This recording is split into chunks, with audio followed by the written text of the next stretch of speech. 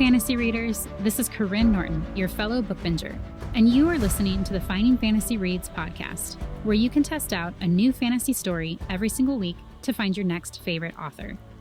You'll want to stick around for today's story if you like sailing, unusual magic, and protective siblings.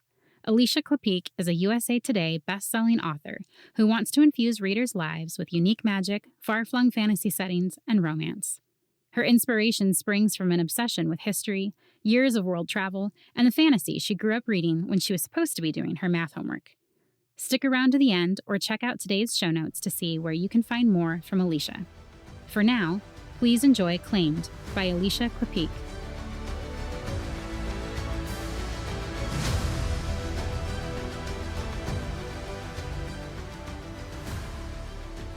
Chapter 1. The lightning snapped and cracked like a monster in the sky, reaching bone-white fingers into the potter's workshop, where my sister Avi and I had taken shelter. Rain gushed past the window, and the potter whistled in amazement. His wife hissed beside him. "The scrappers need to go." She glared at us and made the sign of the holy fire on her forehead, drawing an invisible circle between her eyebrows. "Be kind for once, wife," the potter said. "They won't die from getting wet," she said. Thunder rocked the ground, the walls. A scab of plaster broke from the ceiling and crashed to the floor. Wind howled through the window, grabbed one of the tied-back shutters, and ripped it clean off. I leaned forward to watch it cartwheel into the rain-whipped street. Avi grabbed my sleeve, and I held her tightly, like I had when she was little. She was only a head shorter than me now. "I'm glad we're not on the boat," she said. I elbowed her gently. "If anyone could handle it, we could." "Doesn't mean I want to." I gave her a rueful smile. "Good point. But you know," a flash of forked silver interrupted me, "this storm is really knocking the waters of the pass around." Avi's brow wrinkled. "So?" "Soon as this is over," the potter's wife snarled, "you lowcasts must go."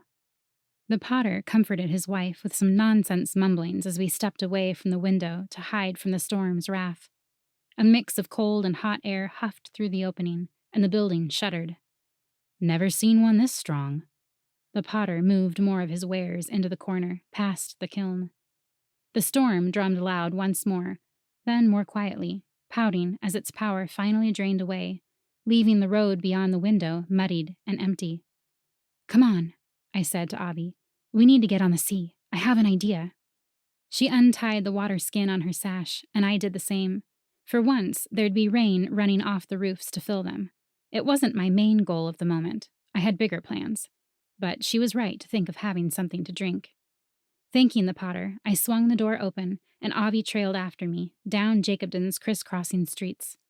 A donkey brayed as we bumped past him and his owner, whose cart of barley seed had been overturned in the storm. I gave the man a feeling grimace.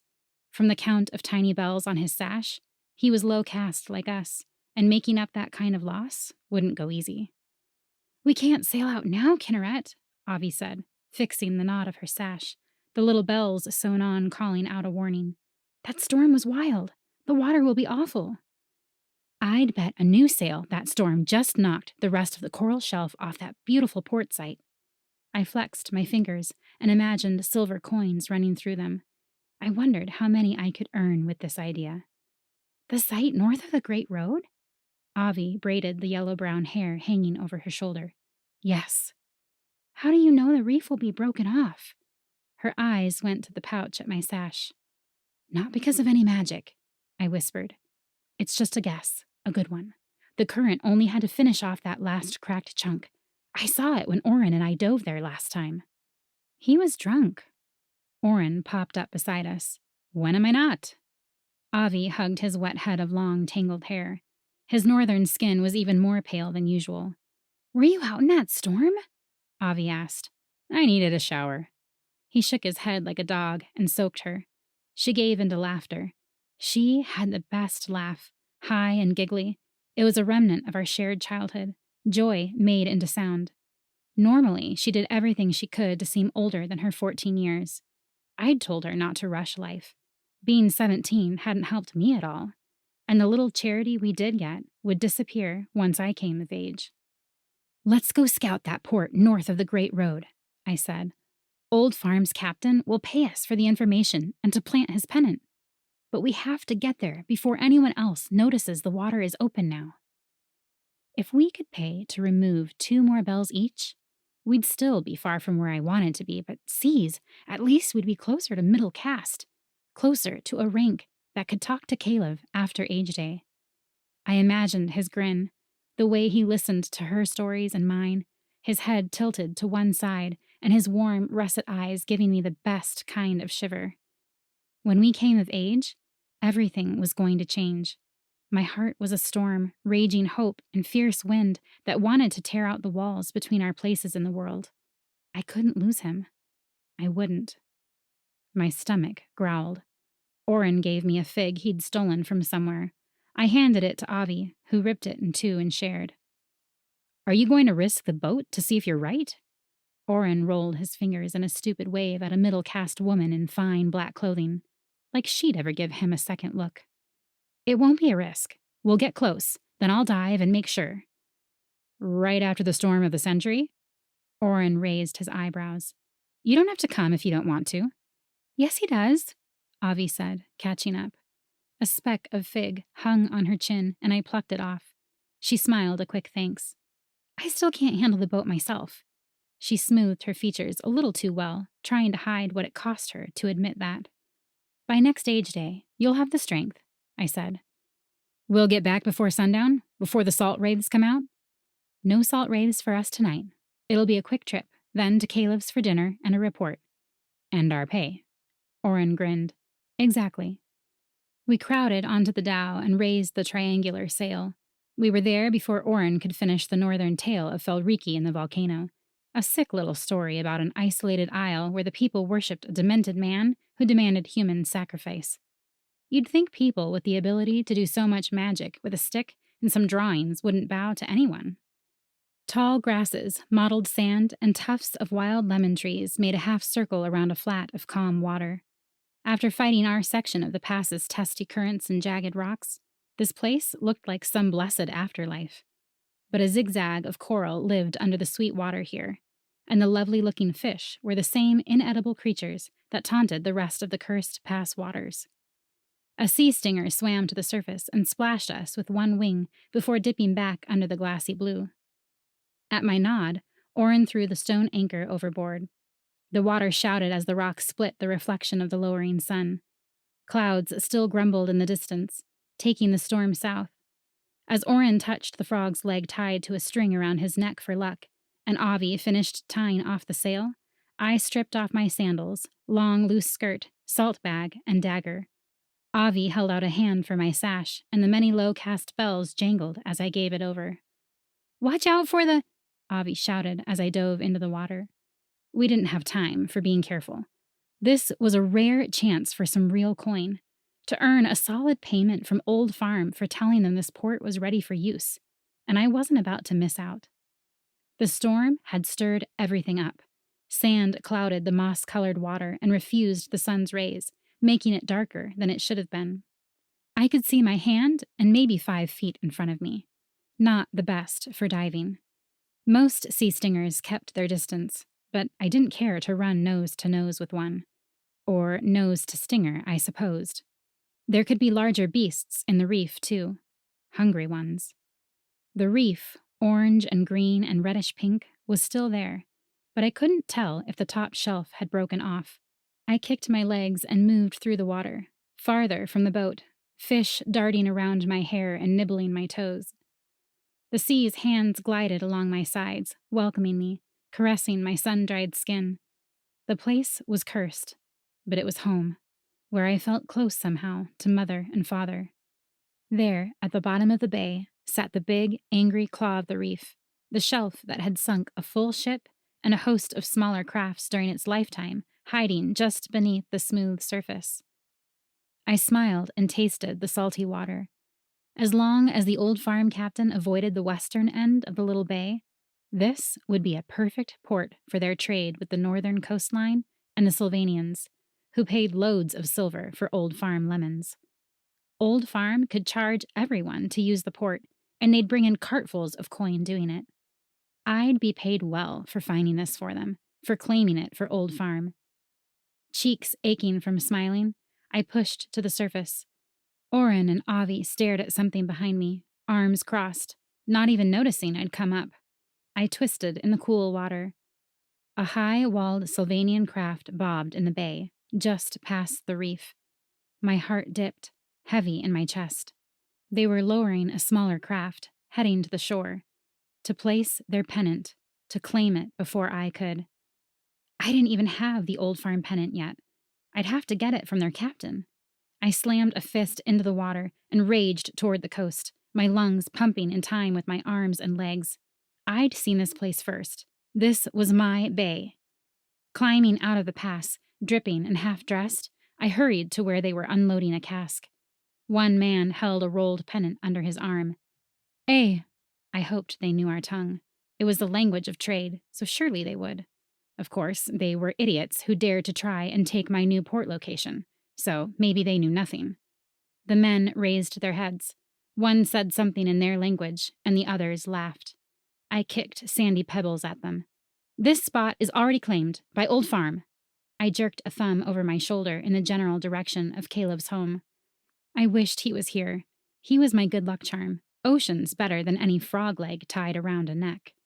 The first man smoothed his greased, straight hair and plucked at his fine green sleeve.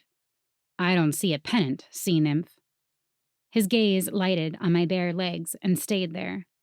I got in his face, close enough to see the gray hairs just beginning to sprout in his trim black beard. Well, it's claimed, and you can just ask Amir Mamluk's scribe about it. It's in the records.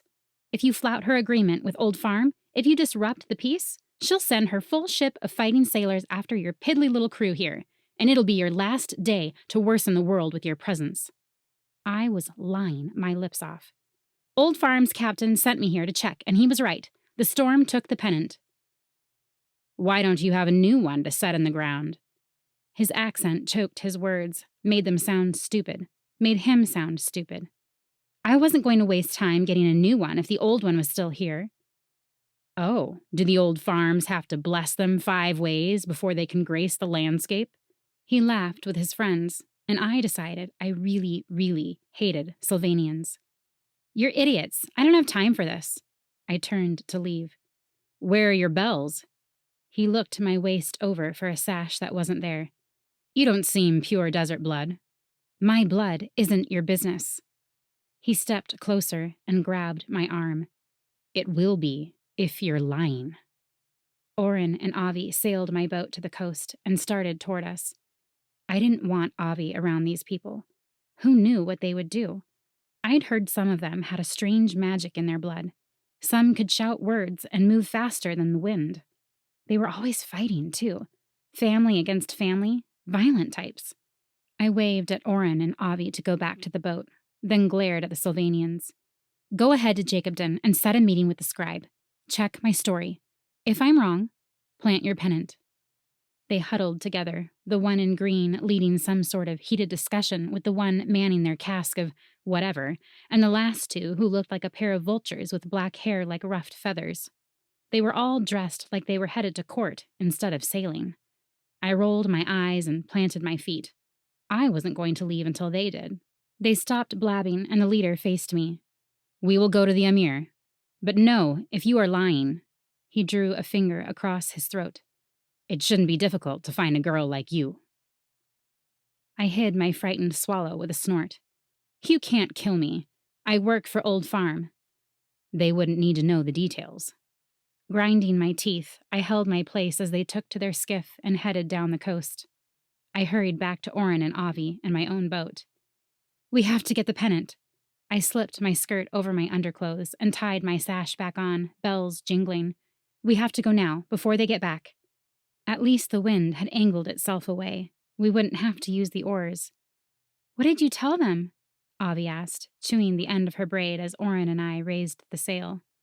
That we already had Old Farm's go-ahead, I said, and they can check it with the Emir's scribe. Avi gasped.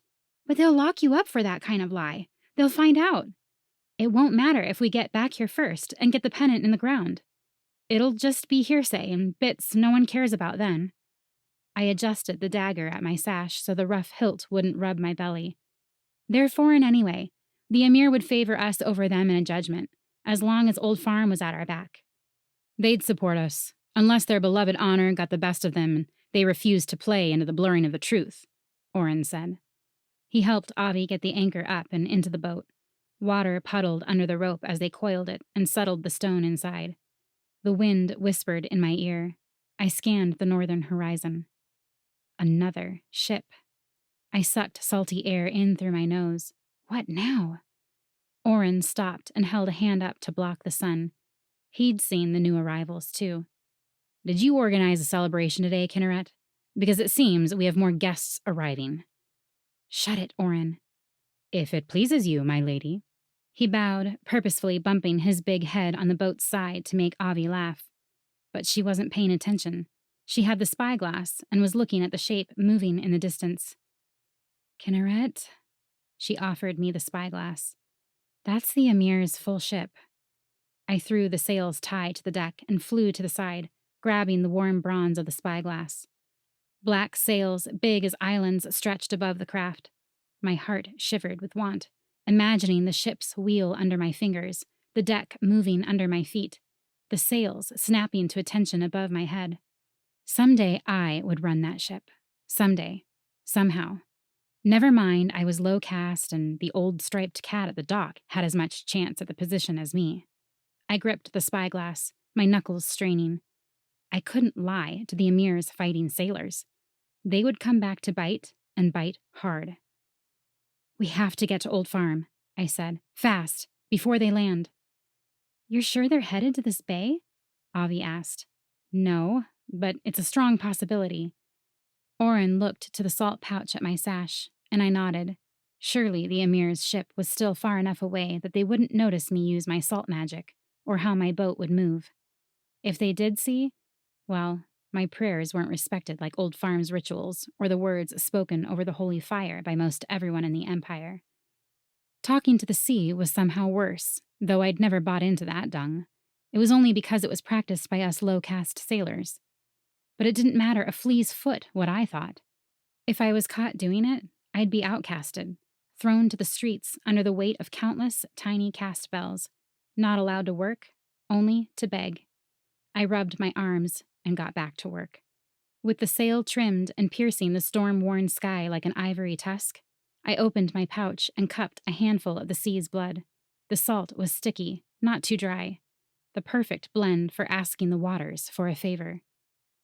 At the prow, I reached high and tossed the salt over the waves. Crystals sparked in the uneven sun, fell over my head and shoulders, got caught in the ends of my wet hair. I could almost see my mother's smile in the scattered light. See, hear me. Lift us, move us, take us where we need to go. Let your blessed breezes blow. Let your current guide us, as you heard my mother, hear her daughter now. It wasn't the punchiest of salt prayers, but it might work good enough. Behind us, the Emir's ship grew bigger. It was so fast, so very fast. The sea pulled us into its shifting palm, and the current tugged us out of the bay, down the coastline. Warm wind touched my cheeks. I watched Avi take strong, healthy breaths. If she wasn't so thin, she'd almost look healthy herself. I had to get the silver from this deal. Chapter 2. A blackened wood arch welcomed us into Old Farm, and I touched one of the shells attached to the beams, knowing there was a prayer written on parchment inside. I wasn't a follower, but I'd take what I could get if they were handing it out. The fields swayed with summer barley, sending the warm scent of plenty into the air and hiding most of the gray-shirted workers. Probably Caleb, too. I strained my neck to find his ebony head of silky hair, his bright smile, to see his broadening shoulders or the wave of his sun-browned hand. Nothing. The workers' voices tumbled together into a song as they picked weeds, repaired stone walls, and retied scraps of cloth to the tall sticks to scare off birds. A man in the traditional Old Farm head tie wiped his chin with the back of his hand, then straightened slowly. He frowned at the salt pouch on my sash, my bells, and the cut of my short shirt and long, flowing skirt. Is your captain at the dock? I asked, trying to keep my gaze off the flatbread tucked into his sash. My mouth watered to spite me. It'd been a day since I'd had anything substantial.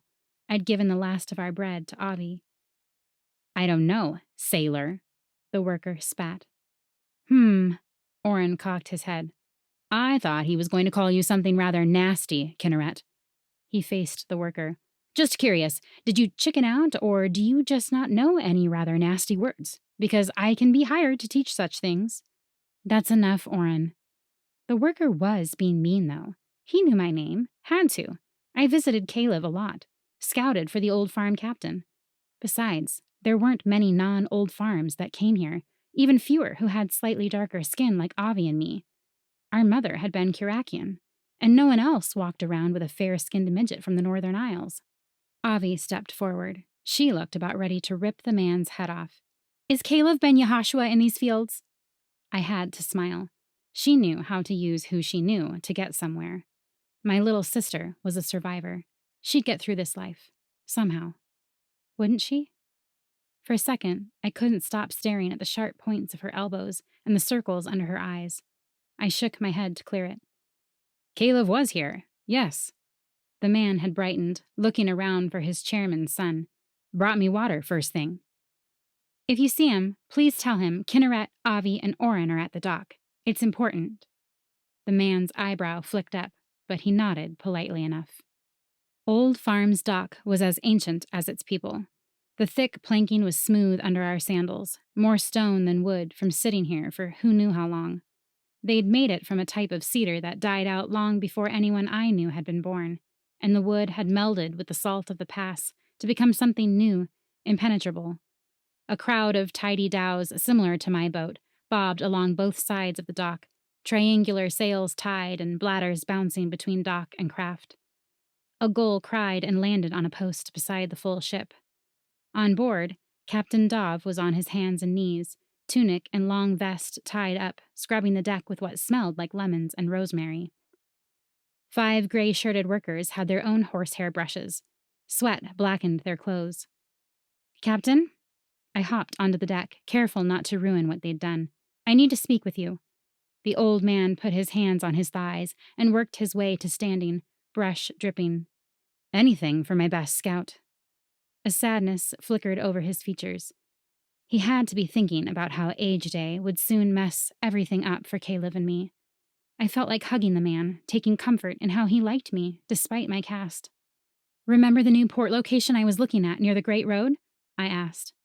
The one with the troublesome reef? I nodded. The storm knocked the last of the high shelf off on the southern side, so it's passable for ships from both sides now. I checked myself. Ah. He set the brush on an empty crate and wiped his hands on a wrinkled cloth. Wonderful news. I'll bring it to vote at the council meeting tomorrow.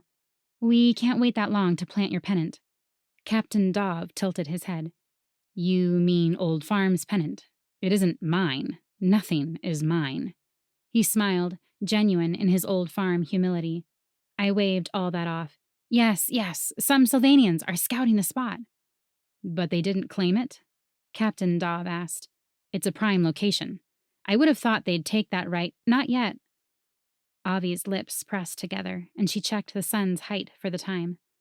Oren grinned at his feet, amused with watching me avoid the truth. Told you that honor would trip you up, he mumbled. I whipped a dirty look at him, and he wiped his face clean of emotion. Then he winked. I bit my thumbnail, thinking about how to get this to work. Every move an Old Farm made pretty much had to be approved and voted on by their council, an elected group. It was nice that they had no caste system within the farm, but the fairness definitely slowed things down. If we don't place the pennant before the Sylvanians return, you'll lose this port. Old Farm will suffer. Competition from orchards and barley fields in the greening just north of Jacobdon had increased due to the good weather the last few years. With a hand, he motioned for us to join him away from the other workers. The look on his face reminded me of the night Caleb and I got caught on this very ship, breaking into the captain's room to use his new long-distance spyglass. Captain Dov had lectured us, but he hadn't told a soul what we'd done, and during the next ship blessing, He'd made a point to invite all the children on board to look through the spyglass at the waves splashing against the rocks in the pass. He was one of the good ones in this cursed world. "I'll get the pennant," he said, one eye on the workers. "But you don't breathe a word until after the council approves it." "I'm impressed," Oren said to the captain. His smile was real. "Then again, I like you people." "Oren," Avi barked like someone twice her age. "You people? That sounds so rude." Oren held up his hand. Don't accuse me of rudeness. Why do you think they call me Oran? That's an old farm name if you hadn't noticed." Captain Dov was nodding. I hadn't noticed. I'd thought that was his name, given to him where he was from in the Northern Isles somewhere. "It's Old Farm. I hated the isle I came from. Hated my family. I never wanted to hear my name again, so I took one of theirs." Oren dipped his head to Captain Dov. "Why did you pick that specific one?" Captain Dov asked. "I'm sorry," I interrupted, "but as much as I want to hear that story, we need to go, now." Captain Dov hurried to his quarters and came out with a barley sack. I took it, feeling the pennant rolled up inside. "You have a steak?" "I can handle the steak," I said, already clomping down the gangplank. "There's Caleb!" the captain shouted, pointing down the dock. An invisible key turned in my heart and opened it wide, letting everything out and blurring my focus on my plans. My eyes longed to see his smile right now, to watch him walk toward me with that easy grace of his. It would make everything so much better. I'm mistaken," Captain Dobb said. "It's his brother." I grabbed Avi's hand to hurry her along. "Eliezer will just get in the way. Let's go." She squeezed my fingers gently, and Oren touched my back, steady and sure behind us. But Eliezer wasn't going to be ignored. "What are you all up to?" He stood as tall as he could. His small, red-brown beard made him look like a goat with freckles. Oren smiled. "Why would you think we have plots going on?" "You two are always dragging poor Avi into your trouble." Avi blushed at Eliezer's concern, but crossed her arms in defiance. "I go where I want to go." I loved my sister. I leveled my gaze on Eliezer. "The only thing we're up to is trying to help Old Farm." "Right." He moved to stand in the path. "Tell me what you're doing here without Caleb. Because no matter if he's here or not, he'll be implicated if what you're doing isn't acceptable." Oran shoved him with a hand, laughing, and continued down the pathway. "Oh, go on, righteous man. This isn't your business. Stop fretting like an old woman." Avi's eyes cut to Oran. I knew very well she was fretting about all of this too, even though she'd never say it in front of the others. "Eliezer, sometimes the only way to reward is risk. Us low castes have to do what we have to do." I hurried past him, Avi beside me. She leaned toward my ear, shuffling along on tiptoe. "He'll tell someone. He'll cause trouble." Don't I know it? Nothing we can do about it now. Chapter 3. We rushed down the packed dirt road leading to Jacobden's main port. Old Zane's hut cast a shadow along the bordering wildflowers, and I promised myself I'd buy him a sack of wonderful things to eat when I had Old Farm's silver in hand. He'd been a great friend to my parents, and definitely deserved some charity in his old age. But for now, I didn't have time for one of his stories. Taking to our boat, Oran, Avi, and I made it out of Jacobden's main port just as a small group of the Emir's fighters crested the hill above the dock. They were shiny specks in the distance, a row of silvery helmets. I gulped, hoping the slapping waves would cover the noise. "Kinneret!" Avi trimmed the sail, her eyes wide. I kept my hand firmly on the tiller, the worn wood familiar as my own skin. "They're too late." They'd come because of the Sylvanians and their demand to see the scribe's books, but they weren't drawing bows that I could tell. I raised my fingers sideways to the horizon to measure the time as we struggled with the current and the jagged pass rocks like giant crab pinchers. I didn't need salt to move quickly into the new port location. The current naturally danced that way. Squinting in the sun, I whispered to the sea, "Please let the bay be empty. Let us be the first." At the newly safe bay, yellow shot off the waves like fire, making the swathe of water impossible to see clearly. Oren looked up and, feeling the wind, called out for Avi to help him lower the sail. Our boat slid into the protected blue like we were meant to be there. The shoreline, bright and dark sand under waving grasses, was clear. But at the very end of the bay, past the wild lemon trees, the Emir's fighting sailors lifted a pennant from a smaller craft. It knocked the wind out of me. If I couldn't make this happen, where was our next bit of coin coming from? I didn't have a shipment of surplus goods scheduled to run until 3 days from now. I glanced at Avi's skeletal hands on the sail's ties. An image of Caleb singing at the festival fire flashed through my head. As ugly as it was, I needed coin to keep the things dear to me safe. Give me the pennant. I didn't bother removing my heavy skirt. We were close enough for me to struggle to land. Oron threw the pennant to me. Catching it, I reached down for the stake we used to hold the extra rope in place in the hole on the side of the boat. The stake fought me, but I wrestled it free, gaining a good burning splinter in my palm. The rope slid to the decking as I jumped overboard. Sloshing toward the shore, I unrolled the pennant. I had to get it in the ground over here, far enough away that they wouldn't notice me doing it. The pennant dragged in the lapping water as I tried to fasten its ties to the stake. My fingers shook, and the first knot slipped free. Cursing the day and the Sylvanians and the fighting sailors and the Emir herself, I worked another knot. It held. On the sandy grass, I drove the stake into the ground and bent to do the second tie so the wind wouldn't ruin everything by snatching the pennant. "Who's there?" one of the fighting sailors shouted. His blood-red leather vest looked black in the bright sun. I stood, my heart shaking. "Kinneret Raza, just checking the pennant I planted yesterday for Old Farm." That made them hurry along. As they stormed down the beach, I noticed Oren and Avi had come up behind me. Oren had a hand on the dagger tied to his sash. "Don't look threatening," I said. "We're checking on this pennant. We belong here. It's already claimed." "It's frightening how good you are at believing your own lies. Tell me one about how wise and humble I am. I want a lie of my own from your talented evil mind." "Shut it, Oren." "That's no fun. Let's keep on chatting away. These enormous folk might just decide this is our last day in this uncommon world, and we wouldn't want to miss our final conversation." "Oren," Avi chewed her braid. "They're not going to do anything to us." I moved my salt pouch so it was less noticeable, hating myself for bowing to their prejudice. The fighting sailors really were enormous. Now that the sun had dipped behind a cloud, I could see the Emir's equally enormous and wonderful full ship just beyond the bay's cusp. The largest of the sailors was a woman with an impressive scar going across her nose and cheek. I took a slow breath to hide my fear. "You can't put a pennant here, low caste." She spit on the ground beside my sandal, but I didn't flinch. "Yes, actually I can. That's Old Farm's sigil, if you haven't noticed. It's not like it's mine." "Why would Old Farm hire a low caste?" She paused and eyed the pouch I obviously hadn't hid well enough. "Salt witch." The house-sized man beside her sucked a breath in through his thin lips. "That could be anything. Coins, fishing line. Maybe be careful where you're throwing insults," he said to her. "She may be telling the truth." "Ooh." Oren clapped his hands. "A smart one. How exciting." The woman sniffed, ignoring Oren. "She hasn't told a truth a day in her life." Oren frowned. "I'm pretty sure you just met. How could you possibly know that?" "Oh, wait.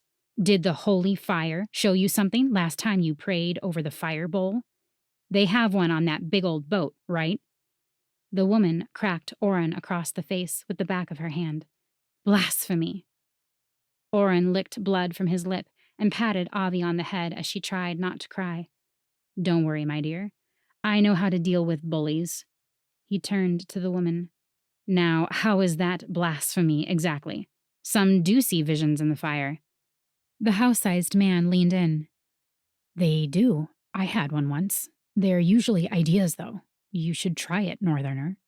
"Thanks. Perhaps someday I will." He angled himself toward Avi. "This one is my favorite. Can we send the others back and keep him?" "Enough!" The woman pulled her dagger and pointed it at the Old Farm pennant. "How did you get this?" My hands fisted at my sides. "From Captain Dobb of Old Farm." Her hand flew to my sash, and she had my salt pouch in a blink. She unlaced it and dumped it over. I'd only had a bit of salt left, and that fluttered into the wind with a sigh. She overseasons her food, dear lady, Oren said. I'm not a lady, she snapped. Oren smirked. You said it, not me.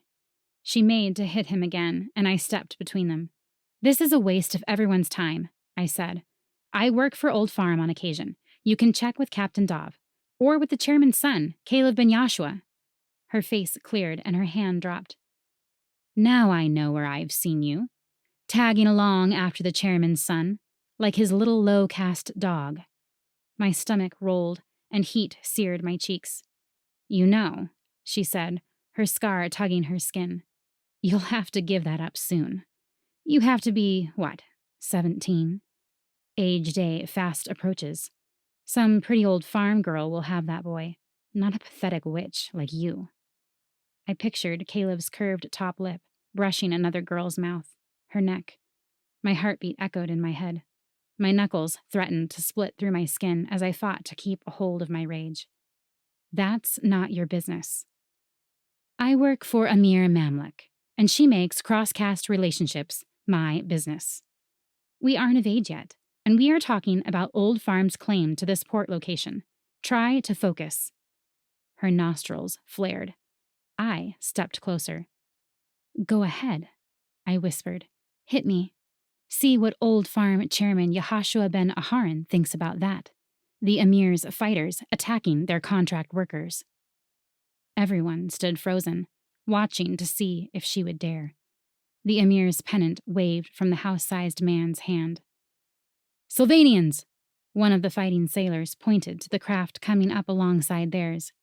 Yes, I said. If you'd wasted less time pestering us, we'd have had time to tell you all about the Sylvanians.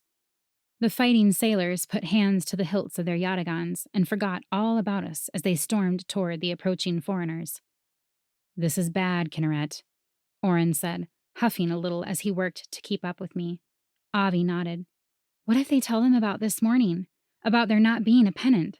She whispered. I don't know. I'm going to have to play this by ear. Go back to the boat. You can't help. I'm sorry, but you can't. Don't give me that look. You might get hurt. I'm not going anywhere, Avi said. I might come up with something you don't think of. Ever considered that? You're definitely her sister, Oren mumbled. Why couldn't we just move west and sell shoes or something? I tried to stare Avi down, but she was about as movable as a mountain. The two parties of armed sailors were already shouting and posturing like cocks at dawn, crowing at one another and fluffing their feathers. That one! The green-shirted Sylvanian from earlier pointed at me, then scowled at Amir Mamluk's fighting sailors. She said she'd claimed this spot for a port already. We checked with your Amir's scribe. He said there was no claim on the books. But there! He gestured wildly at the old farm pennant flying in the wind. It seems your Amir keeps a dishonest court. For there is proof this one was telling the truth. What kind of game is this you Empire people are playing? The scarred woman drew her steel. Did you just call my Amir a liar? She and all her fighters. And then things moved pretty fast. She went for his gut, and another Sylvanian blocked the blow, coming up with a fist and knocking the woman back. The rest took up the fighting, shouting insults and braying about their loyalty to Sylvania or to the Empire. I think this is our cue to leave, Oren said. Agreed. I spun, and we raced back to our boat, leaving the hotheads to slice one another apart, and the old farm pennant still holding ground on the newest, and possibly best, port on the broken coast. It was well done, Kinneret Raza. Well done indeed, Oren said, dusting his hands off like he'd just finished sanding the decking. You're as talented with that mouth as you are with that salt. I fought the flare of pride inside me. I still had another obstacle to fight through. If the pennant placement didn't get into the proper books in the proper manner, all was lost. Outside the Emir's manor house in Jacobden proper, I waited for Caleb. He was inside, asking the Emir's scribe to record Old Farm's claim to the bay. If he could get the pennant location into the books, it might all work out, especially if he got it in there before the Emir heard about the odd skirmish between her fighting sailors and a bunch of Sylvanians. I held my breath, tapping my foot on the ground and trying not to be hungry. I hated being hungry around Caleb, which happened all the time. I should have been used to it by now. If my stomach growled near him, he'd always buy me something. I hated him having to do that. I wanted to feed myself and Avi on my own, like my parents had done before the fever took them. Besides, I couldn't rely on his mercy and deep pockets for long. That scarred fighting sailor had been right. Age day approached, and soon I'd have to stay clear of Caleb. Unless I managed to get my hands on enough silver to buy my way out of the low caste. Thinking of what would happen if we were seen as too close after Age Day, I shivered hard, the white stone of the Emir's walls cold on my back. Voices rumbled inside the courtyard. I unhitched myself from the wall. Caleb walked around the corner, russet eyes shining, and that smile of his, all for me. "We did it," he said. It took everything in me not to run into his strong, wiry arms, but he couldn't know how I felt. Not yet. Hopefully, C's, I hoped, prayed, would die to make it true. He felt the same way about me. I thought he did. Avi and Oran had said as much, but I couldn't break the topic open yet. Not when it might only lead to pain for both of us. No, opening my heart to him, that was an adventure for another day. Eleazar followed Caleb, steam practically clouding out of his ears. He caught up and hissed, "You two are going to have to change the way you're living." Caleb's mouth turned down at the edges. "Brother, can't we just enjoy this win today?" A nasty look poured down Eleazar's face. "Sure, but don't forget to tell her about Father's announcement. She'll want to congratulate Miriam." He flashed a smile and took off into town. I couldn't move. What's he talking about? Caleb touched my sleeve, then let his hand drop as someone passed by.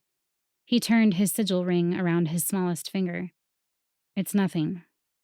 The breeze fell away, and heat and dust choked me. "You're lying." "I never lie."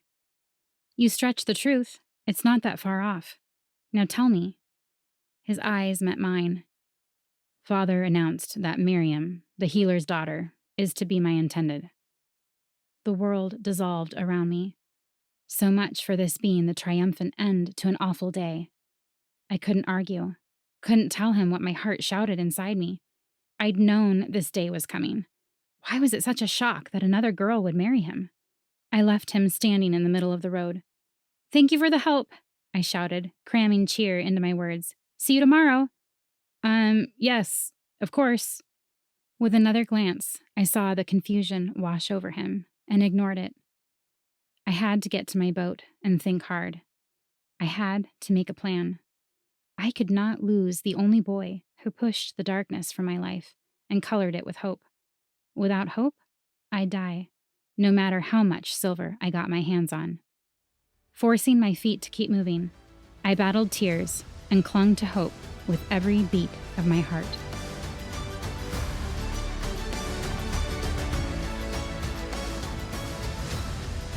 I hope you enjoyed listening to Claimed by Alisha Klapheke, narrated by Karyne Norton. If you want to read more by Alisha, go to aliciaklapheke.com, where you can sign up for her newsletter to get your free copy of Claimed, as well as several other free reads and bonuses that she has for her subscribers. A direct link is available in the show notes because no one ever knows how to spell authors' names. If you haven't already, please subscribe to the Finding Fantasy Reads podcast in whatever platform you prefer. It lets you automatically download new episodes as they come in, but it also helps increase the podcast's visibility on podcast platforms, which helps both authors and listeners find the show. Long story short, it means the podcast can continue to give you more short stories for even longer. I've made it easy for you with links to the most popular ones on findingfantasyreads.com. As always, thank you for listening and happy reading.